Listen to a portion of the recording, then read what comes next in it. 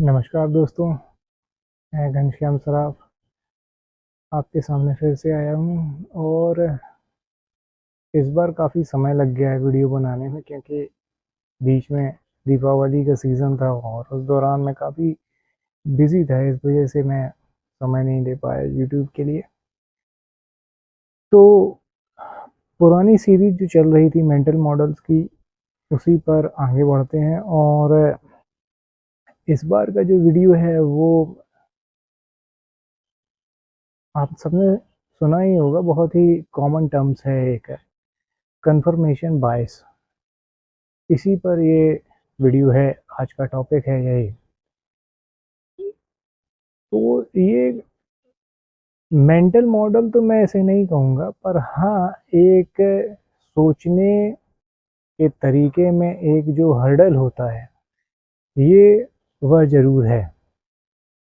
अब ये कैसे होता है, इसको आप ऐसे समझिए कि जैसे मैं आपसे एक सवाल पूछता हूँ, आप चाहें तो वीडियो को रोक के 10 सेकंड के लिए उसका आंसर दीजिएगा। देखिए, आप ने जैसे घोड़े पर सवारी करने वाले को हॉर्स राइडर कहते हैं, तो हाथी पर जो सवारी करने वाले को आप क्या कहेंगे? देखिए, लिटरली मत जाइएगा कि कोई उसका वर्ड होता है या नहीं होता है, पर आपके दिमाग में पहला शब्द क्या आएगा? एलिफेंट राइडर, है ना? पर जवाब गलत है, मेटाफोरिकली गलत है।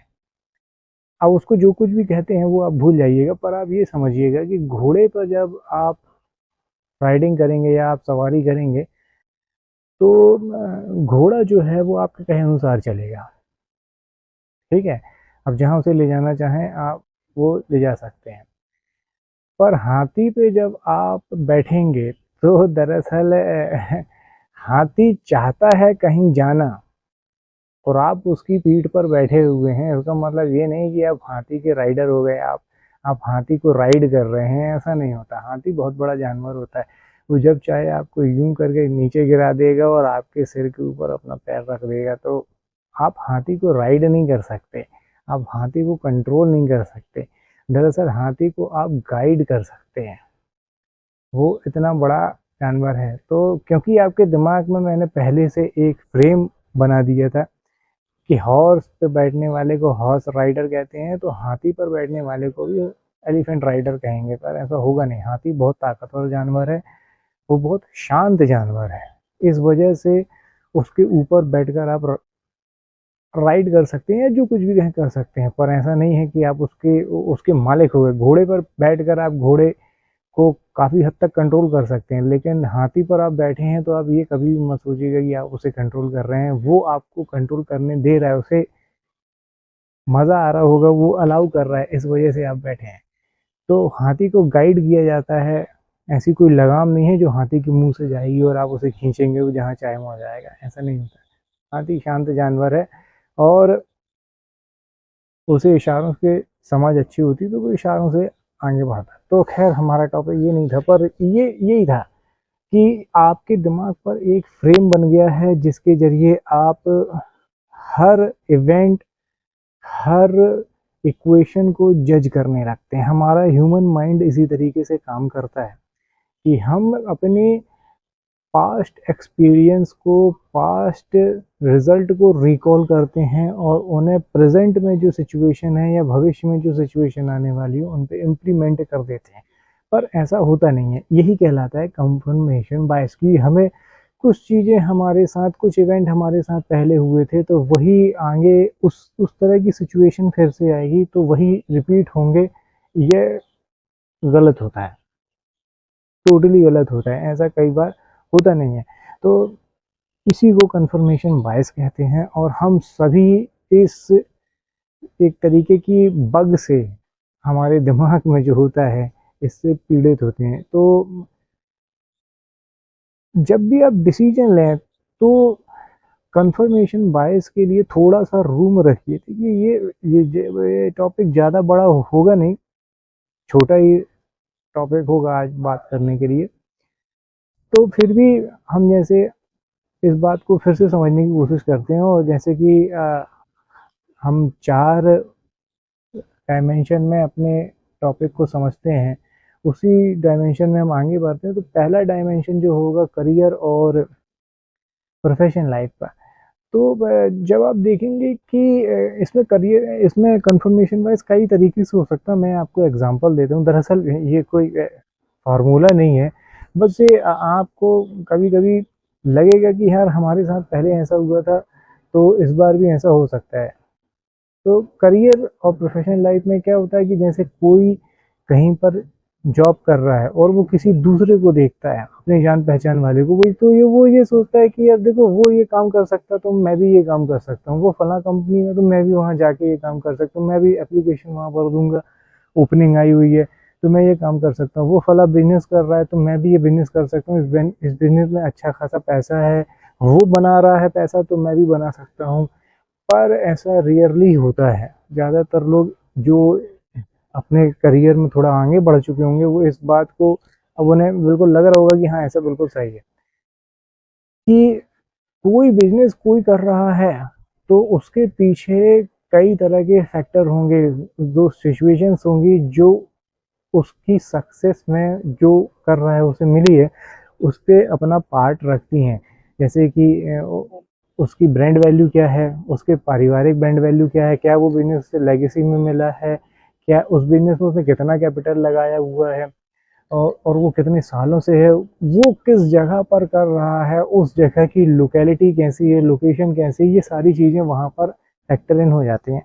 और इसी तरह जब हम कोई जॉब ओपनिंग के लिए देखते हैं तो हमें ये लगता है कि यार हम भी कर सकते हैं, हमारा फ्रेंड कर रहा है, ये कर रहा है तो हम भी कर सकते हैं। पर ऐसा होता नहीं। आपका फ्रेंड किस सर्किल के जरिए वहां पर गया था, आपके फ्रेंड का बैकग्राउंड गया था, उसकी पर्सनैलिटी कैसी है, उस जगह में जहाँ पर आपको ओपनिंग मिली है वहाँ का एनवायरनमेंट आपके लिए सही है या नहीं है, ये सारी चीज़ें देखनी पड़ती हैं। पर क्योंकि हम ये सोचते हैं कि अगर हमारे साथ में हमारे हमउम्र का कोई ये काम कर रहा है तो हम भी कर सकते हैं, हमें एक ट्राई देना चाहिए। देखिए ट्राई देना चाहिए, चैलेंज लेना अच्छी बात होती है, पर उस चैलेंज में हमें सक्सेस कितनी मिलेगी इसकी कैलकुलेशन करना भी बहुत ज़्यादा ज़रूरी होता है। तो जब ये कैलकुलेशन आप करें, मैं ये नहीं कह रहा बिजनेस ना करें, जॉब ना चेंज करें, नई जॉब के लिए अप्लाई ना करें, पर कंफर्मेशन वाइज अगर आपको हो रहा है या नहीं हो रहा है, इस बात का थोड़ा सा एनालिसिस अपनी करियर लाइफ में ज़रूर करिएगा, प्रोफेशनल लाइफ में ज़रूर करिएगा। इसके बाद जो दूसरा डायमेंशन आता है वो आता है फैमिली का।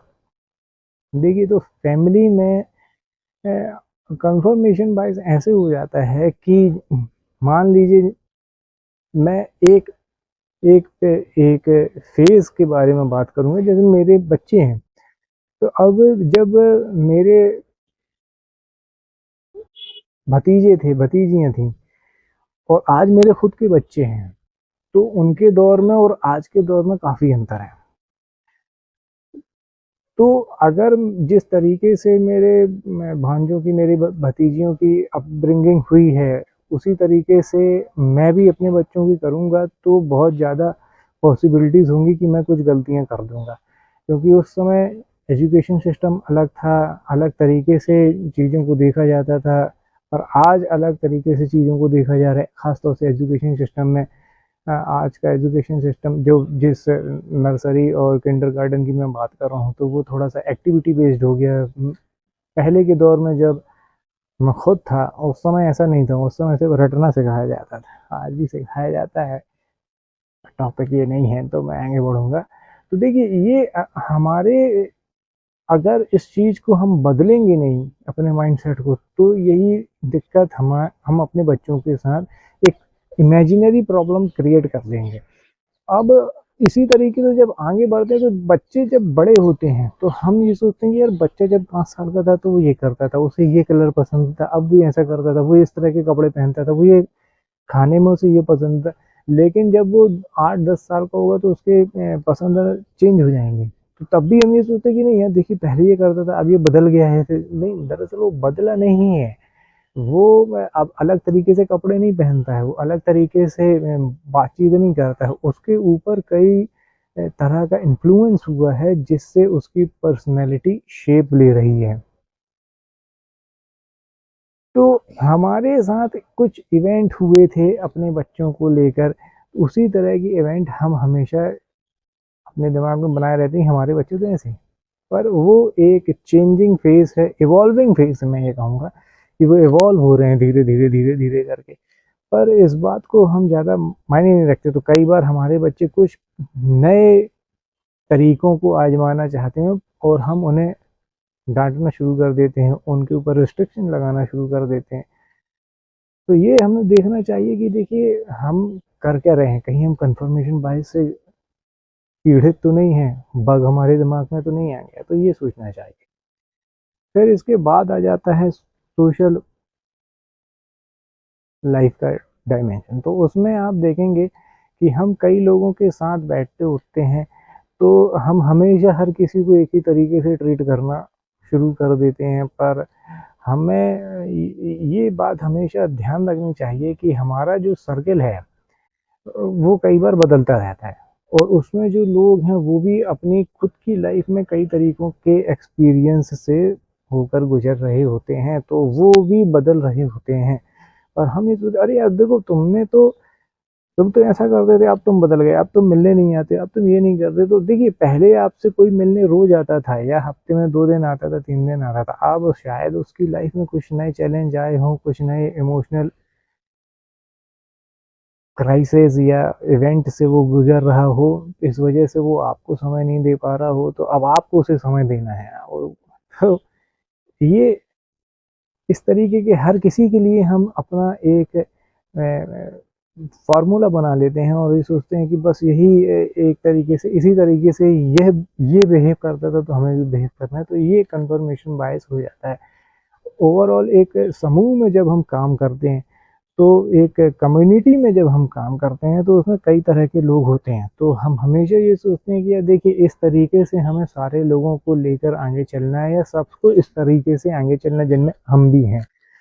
पर ऐसा होता नहीं है, क्योंकि आप देखिए उसमें कई तरीके की पर्सनैलिटी होंगी, तो आपको ये बात ध्यान में रखना चाहिए कि हर कोई अपने तरीके से लाइफ के बारे में एक सोच रखता है, तो उसकी सोच का, उसकी थॉट प्रोसेस का रिस्पेक्ट होना चाहिए। सब ये चाहते हैं, वो क्या कहना चाहता है, कम से कम वो कितना तार्किक है या तार्किक नहीं है ये तो ना जज किया जाए, पर हाँ उसे बोलने का मौका देना चाहिए। क्योंकि लोग कई बार अपने आप को एक्सप्रेस कर देते हैं, तो वो हल्का फील करने लगते हैं किसी भी कम्युनिटी में, किसी भी ग्रुप में। पर हम ये समझते हैं कि नहीं देखिए ये ऐसा नहीं है, ये तो हमेशा से ऐसा चलता आ रहा था, इसी को इसी तरीके से ये ग्रुप, ये कम्युनिटी, ये फ्रेंड सर्कल आगे बढ़ेगा। तो जब हम नई चीज़ों को अडॉप्ट नहीं करेंगे, तो कन्फर्मेशन बायस का बग फिर से हमें पकड़ लेता है सोशल सर्कल में। तो जब भी आप किसी भी ग्रुप में, किसी कम्युनिटी में आगे जाएं, तो ये सोचिएगा कि लोग अलग तरीके से बिहेव करते हैं, अलग इवेंट पर, अलग जगह पर एक ही आदमी अलग अलग तरीके से बिहेव करेगा, ये नॉर्मल है। इस पर आप किसी को जज ना करें। बस सोशल लाइफ में मैं अभी तक इतना ही समझ पाया हूँ। फिर इसके बाद आता है मेंटल स्टेट। देखिए मेंटल स्टेट जो हमारी होती है, इसको ऐसे समझिएगा कि अगर आज आपकी उम्र 40, 42, 45 साल के लगभग है, तो अगर आप आज अपने आप को 20 साल की खुद की उम्र से कंपेयर करेंगे, तो उस दौरान आपका फैशन सेंस अलग होगा, आपकी चीज़ों को प्योरिटी देने का जो फॉर्मूला था वो अलग होगा, आज बिल्कुल अलग है। ठीक है ना? उस समय कुछ चीज़ें जो आप करते थे, जो आपके लिए सबसे ज़्यादा मायने रखती थी, वो आज आप कहेंगे वो समय की बर्बादी है और आप पागल थे उस समय जो आपने ये सब किया। पर ऐसा नहीं है, उस समय उस दौर के हिसाब से आप इन्फ्लुएंस थे कुछ अपनी लाइफ में जो इवेंट हो रहे थे उनसे, इस वजह से आप वो कर रहे थे। और आज आप किसी और तरीके से इन्फ्लुएंस हैं अपनी लाइफ में, जिस वजह से आप आज चीज़ों को अलग तरीके से देख रहे हैं। आज आपका फैशन सेंस बदल गया है, आपका लाइफ स्टाइल बदल चुका है, आपका ड्रेसिंग सेंस बदल चुका है, आपका बात करने का लहजा बदल चुका है, आपका सोशल सर्कल बदल चुका है। तो उस समय के हिसाब से आप कंपेयर करेंगे तो आप बहुत कुछ बदल चुका है। तो आपकी मेंटल स्टेट भी हमेशा बदलती रहती है। और अगर आप एक ही फ़ॉर्मूले पर ये लाइफ़ जीने के एक ही फ़ॉर्मूले पर आप खुद को जड़ कर लेंगे और खुद को बेस कर देंगे, तो आपके लिए बहुत मुश्किल हो जाएगी। हमेशा बदलते रहना ही ज़रूरी है। अपनी थिंकिंग को बदलते माइंडसेट को बहुत ही ज़्यादा फ्लेक्सिबल रखने की ज़रूरत है कि देखिए वो जो फ़ेज़ था उसमें आपने यह किया, वो किया और किसी ने ये किया, किसी ने वो किया, सब चीज़ें सही थी, कुछ गलत नहीं था। आज आप जो कर रहे हैं, आज के हिसाब से वो चीज़ें सही हैं। तो कन्फर्मेशन बायस मेंटल स्टेट पर ये रखना चाहिए कि रखना तो नहीं चाहिए, पर हाँ, इससे बचने का तरीका ये है कि देखिए पहले कुछ काम आपने किए हैं, पहले किसी तरह की सोच का इस्तेमाल आपने अपनी लाइफ़ को बनाने के लिए किया है। अब आज वो हो गई है तो अच्छी बात है, और अगर आप नहीं हुई है, तो आप बदलने की प्रोसेस को अपना सकते हैं। अब अगर वो जो सोच आपने पहले अपनाई थी वो हो चुकी है, वो चीज़ें आप अचीव कर चुके हैं आज के दौर में, 20 साल पहले की बात कर रहा हूँ, आज के दौर में आप अचीव कर चुके हैं, लेकिन आप ये सोच रहे हैं कि देखिए यार मैंने अचीव तो कर ली पर कोई मतलब नहीं निकला। इतना सब कुछ किया, इतना सब कुछ हेडेक ली, इतनी टेंशन ली, कुछ लिए, लेकिन वो कुछ मायने नहीं रखते हैं। तो ज़्यादा प्रेशर भी ना डालें। ऐसा होता है कई बार हम गलत पहाड़ पर चढ़ जाते हैं, है कि नहीं? और वहाँ से हमें लगता है कि यहाँ पर चढ़ जाएँगे हम तो हम कुछ अपने जीवन में हासिल कर लेंगे, पर ऐसा होता नहीं है। लाइफ़ यही है, वो पहाड़ पर चढ़ने की जो प्रोसेस थी ना वो ज़्यादा इम्पोर्टेंट थी। उसकी वजह से अब आप जो दूसरा पहाड़ चुनेंगे वो बहुत अच्छे से चुनेंगे। क्यों? क्योंकि आप एक बार गलती कर चुके हैं। अब आपको पता है कि किस पहाड़ पर चढ़ना है और क्या क्या किसी पहाड़ पर चढ़ना भी है कि नहीं चढ़ना है। तो यही है, कन्फर्मेशन वाइज़ अपने आप को बचा कर रखिए इस बग से, इस वायरस से, ताकि आप फ्लेक्सिबल रहें और सही तरीके से डिसीजन ले सकें। आज के लिए इतना ही, अगली वीडियो में फिर से मिलेंगे, तब तक के लिए अपना ख्याल रखिएगा।